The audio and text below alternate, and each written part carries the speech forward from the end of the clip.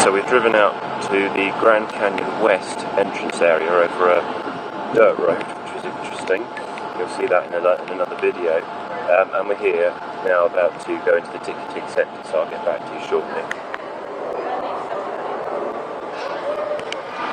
We've opted for the package that includes basic entry, so you get to see all the landmarks, viewpoints and such, and a helicopter flight, and also a boat ride on the river inside the canyon.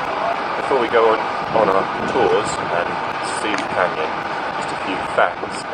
This does legitimately claim to be one of the greatest natural wonders in the world, largely because, as far as I understand it, it's the deepest land-based canyon on the planet, except for those that are under the Pacific Ocean. The Challenger Deep, I think it's called, but that's thousands of miles away from here. The fact is that the Grand Canyon is deeper and wider than any other canyon on land. That's already something in itself. This is just one end of it in this part of Arizona, but it goes on for hundreds and hundreds of miles. It gets wider and narrower as it goes on. And obviously, I think you'll see later on the scale of it, because at the moment I don't really know that. But I do know that it was all carved by one river, the Colorado, over a very, very long period of time.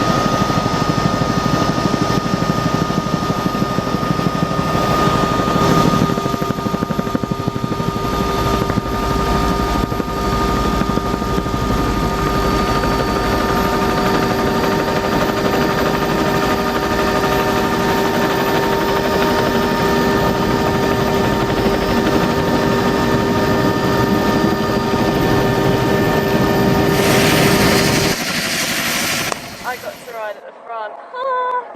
At this point, I actually can't really describe what's around you. I think you just have to see this.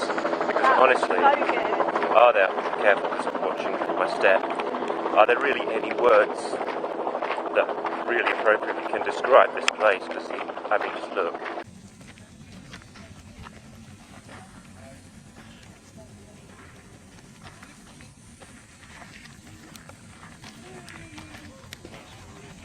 Seems kind of hard to believe that that river behind me is ultimately responsible, at least for the most part, in creating this incredible canyon.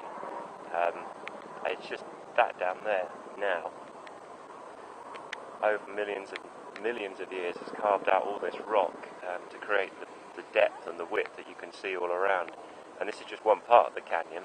It goes on in that direction for hundreds of miles, and in that direction probably for a good 50, 60, 70, maybe even more. I'm guessing at that, but someone could correct me if I'm wrong. And what's nice is that there are also proper desert cacti growing down here as well.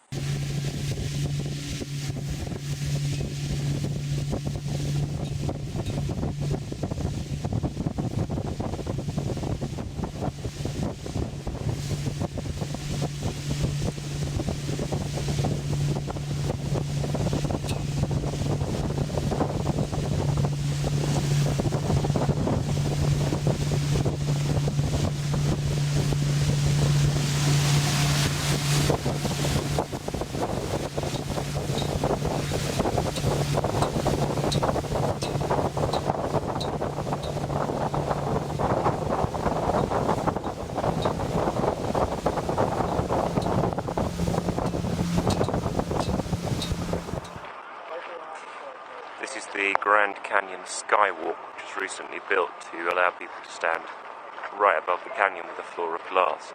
We're not going to use it because, well, we don't have to, but there it is anyway. But the view from up here is, to be honest, just as impressive. So this is Eagle Point, one of the three viewpoints here.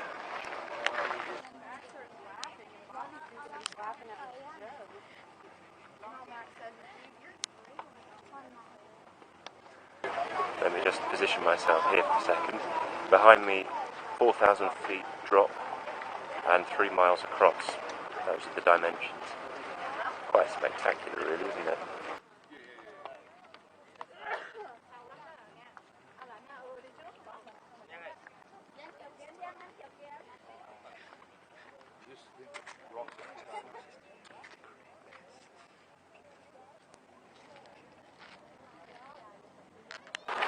We've arrived at the second viewpoint, which is Guano Point.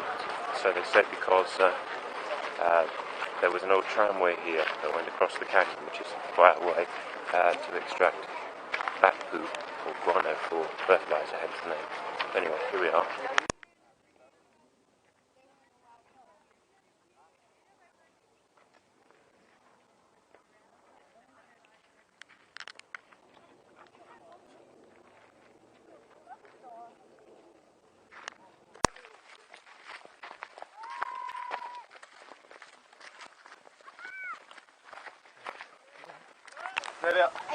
I just climbed up, let me take my sunglasses off.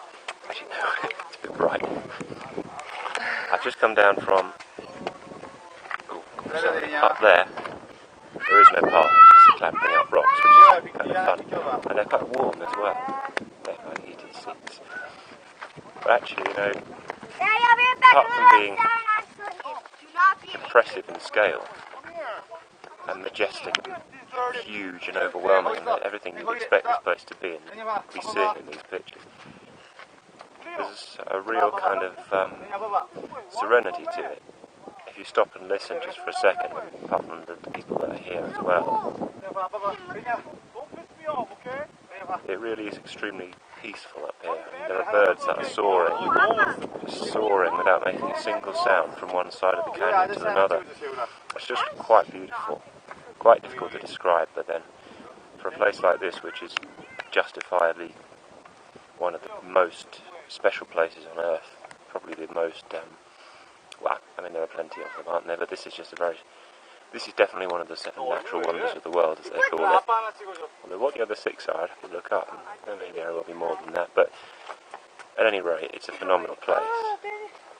And you could sort of compare this with the Martian landscape. Not that I've been there, I mean, that's a long, long way, but it's red and rocky and dusty and deserty, but it's also, like I said, it's peaceful.